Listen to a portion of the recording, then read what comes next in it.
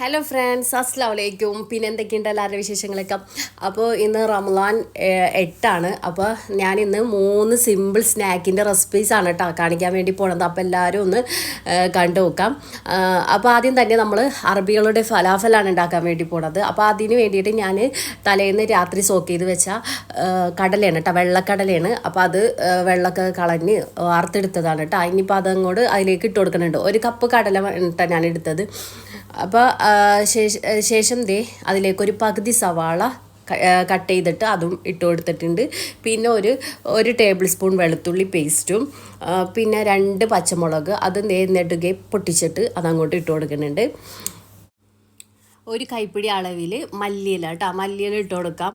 പായ്സ്ലി leaves ഉണ്ടെങ്കിൽ ഒരു പിടി അതും ഇട്ട് കൊടുക്കാം കേട്ടോ. ഇതില്ലാത്ത കാരണം ഞാൻ മല്ലിയില മാത്രം ഇട്ട് കൊടുത്തിട്ടുള്ളൂ. പിന്നെ 1 ടേബിൾ സ്പൂൺ നല്ല ജീരകം, പിന്നെ 1/2 ടേബിൾ സ്പൂൺ കുരുമുളക് പൊടി ഇട്ട് കൊടുത്തിട്ടുണ്ട്. ആവശ്യത്തിന് ഉപ്പും കൂടെയും 1/2 ടേബിൾ സ്പൂണാണ് ഉപ്പ് ഇട്ട് കൊടുത്തേക്കണം. ആവശ്യത്തിന് ഉപ്പും കൂടെ ചേർത്ത് കൊടുത്തിട്ട് മിക്സിയിലൊന്ന് ക്രഷ് ചെയ്തെടുക്കുക. ക്രഷ് ചെയ്ത ശേഷം 1/2 ടേബിൾ സ്പൂൺ സോഡാപ്പൊടിയും കൂടി ആഡ് ചെയ്തിട്ട് വീണ്ടും ഒന്നും കൂടിയും ക്രഷ് ചെയ്ത് കൊടുക്കാം കേട്ടോ.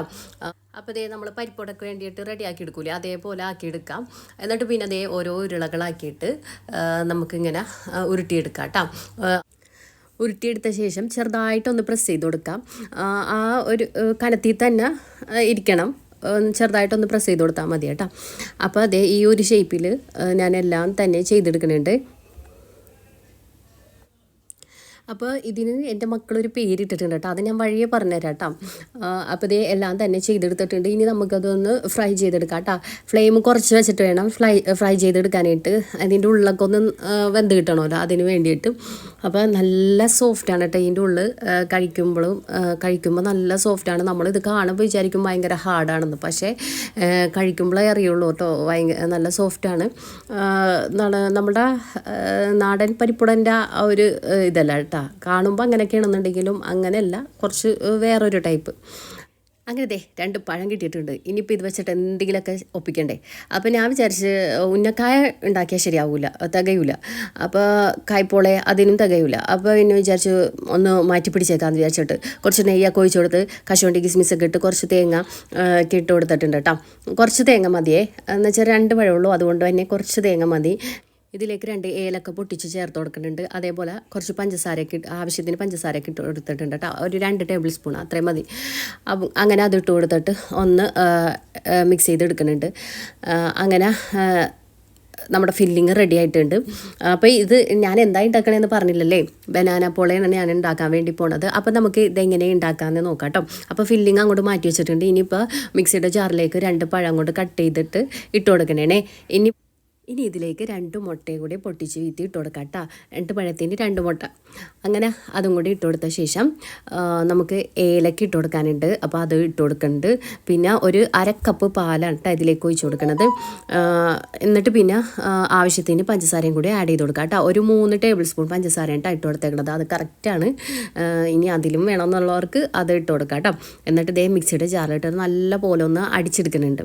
എന്നിട്ട് ഒരു പാൻ വെച്ചിട്ട് നമ്മൾ കുറച്ച് നെയ്യൊക്കെ ഒഴിച്ച് കൊടുത്ത് അതൊന്ന് ബ്രഷ് ചെയ്ത് കൊടുക്കുന്നുണ്ട്.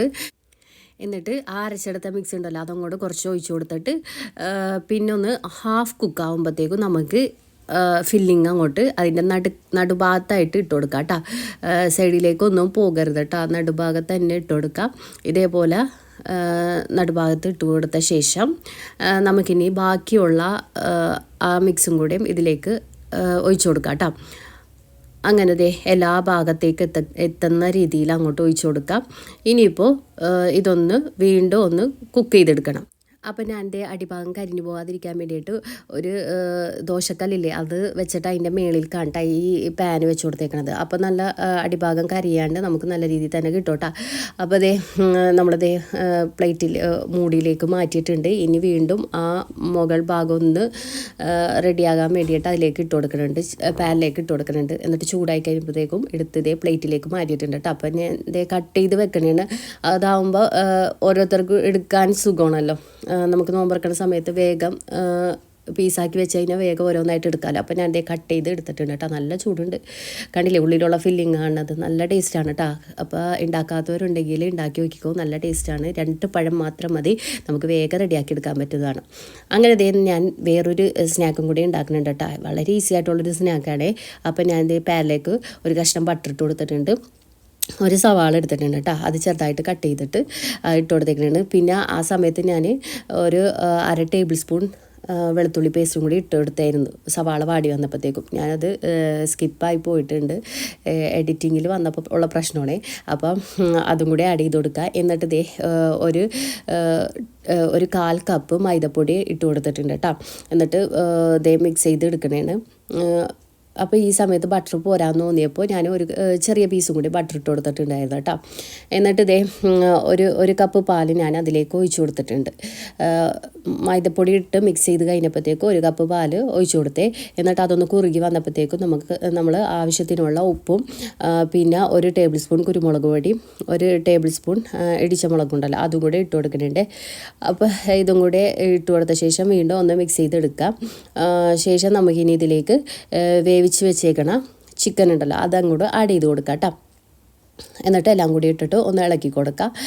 ഇങ്ങനെ കട്ടിയായിട്ട് വരണം. നമ്മൾ ഇതിനു മുമ്പ് ഒരു ബൺ റോൾ ഉണ്ടാക്കിയിട്ടുണ്ടല്ലോ, ആ ഒരു കൺസിസ്റ്റൻസി അല്ല കേട്ടോ ഇതിങ്ങനെ കയ്യിൽ പിടിക്കാവുന്ന ഒരു രീതിയിലുള്ളതായിരിക്കണം കേട്ടോ.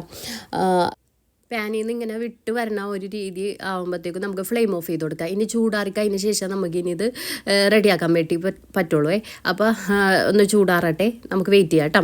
അപ്പോൾ അതിൻ്റെ ഇടയിൽ വെള്ളപ്പം എന്ന് പറഞ്ഞ് കൊണ്ടുവന്നപ്പോൾ നോക്കാൻ നേരത്ത് അതിൽ ഇറച്ചിപ്പത്തിരി ഉണ്ടായിരുന്നു കേട്ടോ. അപ്പം ഞാനിങ്ങനെ എന്നോട് ചോദിച്ചു, ഇപ്പോൾ ഞാനിവിടെ സ്നാക്സ് ഒക്കെ ഉണ്ടാക്കുന്നുണ്ടല്ലോ, പിന്നെന്താ ഇത് വാങ്ങിച്ചുകൊണ്ടെന്നേന്ന്. അപ്പോൾ പറയില്ല, കണ്ടപ്പോൾ വാങ്ങിച്ചതാണെന്ന് പറഞ്ഞു കേട്ടോ. അങ്ങനെ ഞാനത് കട്ട് ചെയ്തിട്ട് വെച്ചിട്ടുണ്ട്. അപ്പോൾ പിന്നെ 2 എണ്ണമായിട്ട് വെക്കാൻ പറ്റില്ലല്ലോ, കട്ട് ചെയ്തിട്ടാകുമ്പോൾ ഓരോ പീസായിട്ട് അങ്ങനെ എടുക്കാമല്ലോ. അപ്പോൾ പിന്നെ കട്ട് ചെയ്ത് വെക്കണേ. അങ്ങനെ ചിക്കൻ ക്രോക്കറ്റ്സിൻ്റെ അത് ചൂടാറിയിട്ടുണ്ട്. ഞാനപ്പോൾ കുറേശ്ശെ ആയിട്ട് എടുത്തിട്ട് റോളാക്കി എടുക്കുന്നുണ്ട്.